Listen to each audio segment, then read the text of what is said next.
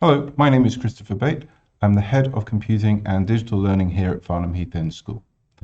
So it's my pleasure to introduce you to our Anytime Anywhere learning program, Chromebooks, and how we're going to facilitate the next stage in learning at Farnham Heath End School. Now I'm just going to show you a date. This date is 2030. So in 2030, our Year 7s, who are currently only 11 years old, will have finished school, gone on to further or higher education, or perhaps done an apprenticeship, finished their university course, if that's their choice, and entered the workplace. And our challenge as a school, and as a WMAT, and as a country, is to really make sure that our students have the skills that they need to be able to succeed in that world in 2030, which might be a very different place than what we are working in now, where we are now. If we have a look at a couple of images here, on the left here we have some telephone operators. Now, telephone operators, this was a job that was done maybe about 50 years ago, where if I wanted to, in Farnham, call somebody up in Scotland perhaps, lots of different, my telephone call would have to be routed through with lots of different cables all the way through different exchanges until it got to its final destination. Now, this work was automated by machines about in the 1960s and 70s and 80s. So where this used to employ thousands of people, now it doesn't employ anybody. And it's a job that's been lost to computers and to machines and to new ways of working. Just yesterday, the World Economic Forum, which is an organization that looks at how countries in the future might base their economy and the challenges and new opportunities that would present, they predicted that by 2025, machines will do half of all work tasks. Now, you can see in the example here, we've got robot arms, but which is, I think, mostly what we think about when we hear that machines will take over our jobs, that we'll have robots walking around. But actually, most times it will be computers and artificial intelligence and cloud services making choices and decisions for us. And I think over this last 6 months where we've been working in different ways, we've probably seen this all in our own workplace, where new technology has come along, new ways of working has been presented to us, and for some of us, we've always had to kind of move on and learn and adapt to that new environment. So how can we get our students ready for this environment, ready for this future where machines will be doing half of all of the work? So the World Economic Forum also presents this information. Now, this was actually looking at 2022, which is almost upon us. It's only a year or 2 years away from us. And they suggested that declining skills, so things that won't be necessary or needed as much in the workplace, things like manual dexterity, so doing things with your hands, endurance, memory, verbal skills, spatial awareness, reading, writing, and maths, these skills, which have been traditionally taught in schools, will no longer be necessary, or at least will have a declining need.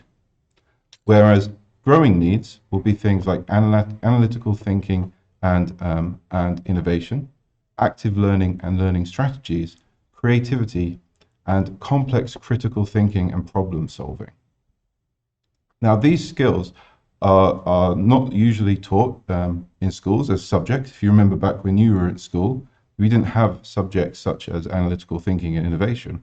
So it's important that when we teach subjects and when we teach knowledge, we are teaching it in a modern way, in ways that students are going to engage with, and teach them skills that they're going to use for the workplace in the future.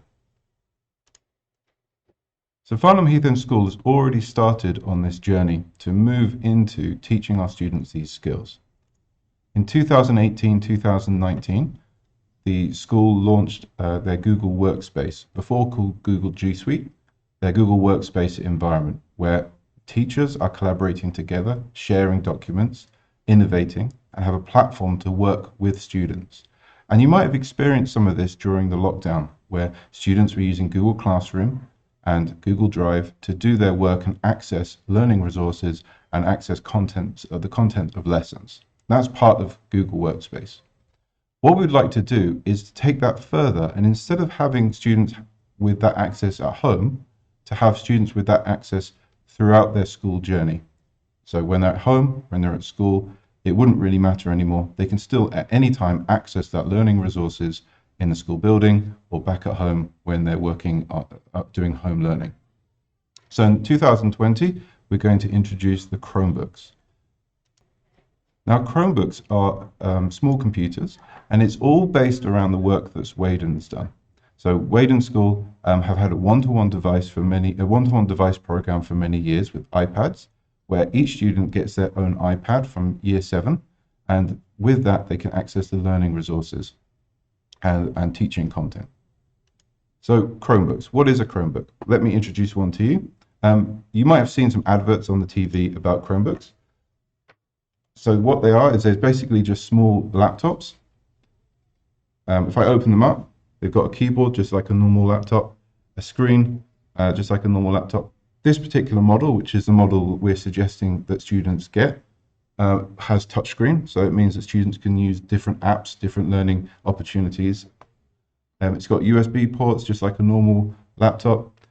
But some key features, they are often ruggedized. So the one that we're getting for students is ruggedized, which means it's got rubber all around the outside, and inside is coated with silicone and fully ruggedized. So it can survive a few drops and sort of those bumps and scrapes that it might be presented with in a secondary school environment.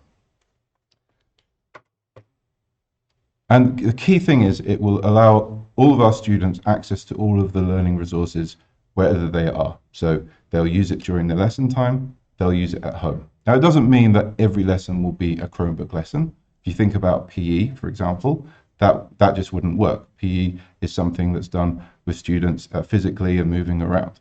But for other subjects, they might use the Chromebook to just access videos, access Hegarty Maths, for example. That's something that we've been using for a while now, and access different learning platforms.